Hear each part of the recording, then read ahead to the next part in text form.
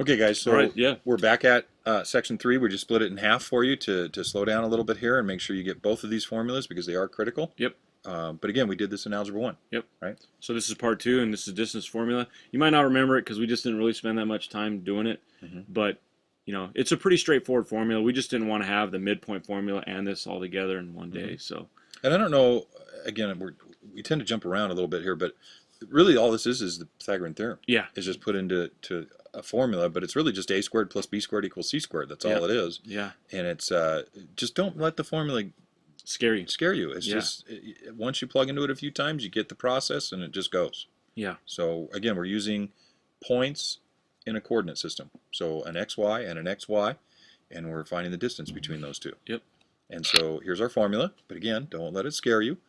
We're just now, instead of adding the x's together, we're subtracting them. yep. Doesn't matter what order. Nope.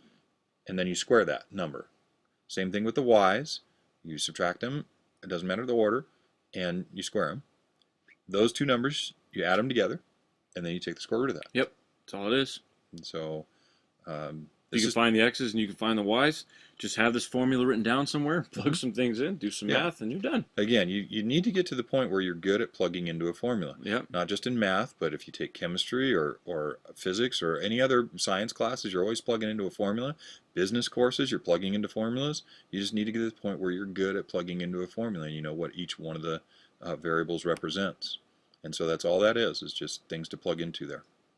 Okay?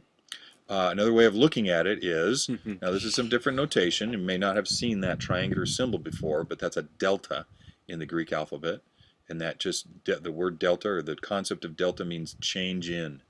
And so the change in x, maybe when we're in Algebra 1 we talk about slope.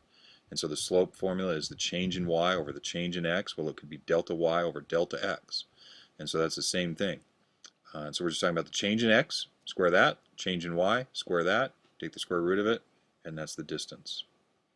Makes me think of Pythagorean theorem even more when I see those triangles like that. Yeah, yeah, it's the sides of a triangle. That's really what you're creating Yeah. here, sides of a triangle, and finding the length of the piece in between them then. Yep. So let's look at an example.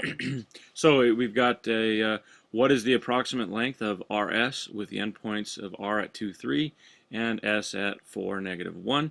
So basically all you got to do here is if you look at the graph here, guys, this makes a kind of a visual kind of why we use the distance formula, because you can't just count the boxes and know that distance. So Right. you need this distance formula in order to do this. So basically all I got to do is plug it into the formula. Right there you see it on the page. So my two x values, once again, they put them in blue and they put the red values as the y's. So just you could go 2 minus 4, or you could go 4 minus 2, whichever way you want to do it.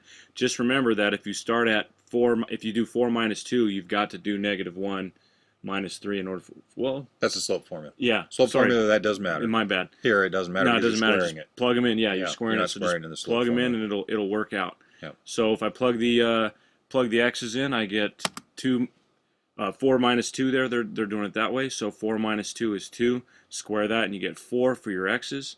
Plus, plug in the -1 and the -3. You get -4, and square that. You get 16. So I get the square root of 20. Oh, there it is again. So 4 plus 16 is the square root of 20. At some point here, they're just really breaking it down for you. And then now from here, I don't know if they take this even further. They just kind of leave it like that. Well, this is actually a multiple choice question. Right. So we're kind of preparing you for tests here. So basically, it's what is the square root of 20? Now, you won't have a calculator necessarily on a state test, so No, but you can kind of just figure this out that, basically for me, I look at this and I think, okay, what's the closest square to 20? And it's 25 or it's 16. And so the square root of 16 is 4 and the square root of 20 is 5. 25 is 5, so it's got to be somewhere in between 4 and 5. And so I look at the answers here. It's not 4 because that would be 16, so it's got to be C at 4.5 units, and you just kind of estimate it here. right. Use your head a little bit, guys, and just kind of think about numbers, and it might help you to solve this. You got any other tricks that you would suggest on that? Not necessarily on that, no. But as we go back, the second step up here, when we plugged in the y's and the 3, the -1 and the 3, well, with this formula overall, you got to be careful with that. That's a minus sign in between. And so when you get signs like the -1 here on either of the coordinates, you got to be careful when you're plugging them in. You could do that one the other way around. You could have it as a 3 minus a -1, which would end up being 3 plus 1, which would end up being 4. squared is the 16.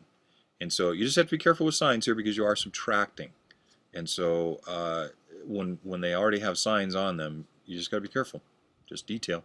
So We'll move on to the next page, guys. If you get stuck and you kind of don't know what to do when you do that one on your own here, come back to this, rewind the video and come back to this and look at how they set this up, and then go back to that video where you're going to do your assignment on and kind of apply it, and it'll make life a little bit easier for you guys. yeah, when you're trying to do your others, you can look at this example.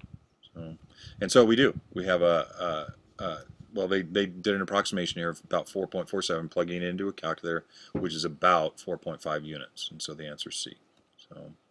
So we have another question here that we want you guys to do at home and bring in tomorrow into class, and we'll go through and check this one. And so they're asking you to find the segment length for each of these. Yeah, there's two there. Be careful. Yeah, there's two different distance formulas you have got to do. segment AB, and then somewhere else is segment CD, and they want to know if they're the same length. Right. So you got to do the distance formula twice here. So it's good practice for you. And so find the length of AB, plugging A and B into the distance formula. Find the length of CD by plugging in C and D into the distance formula, and then compare those lengths to see if they're congruent or not. And you can use a calculator on you to help you calculate on this at the end to help you out. Yeah. And that'll give you the best approximation here, guys. So. Yeah. All right. All right. So we're going to cover that one in class tomorrow, but we want you to do it at home. Yep. And come in with your answers. So, okay, and we'll do more practice on this. See you guys in class. Bye.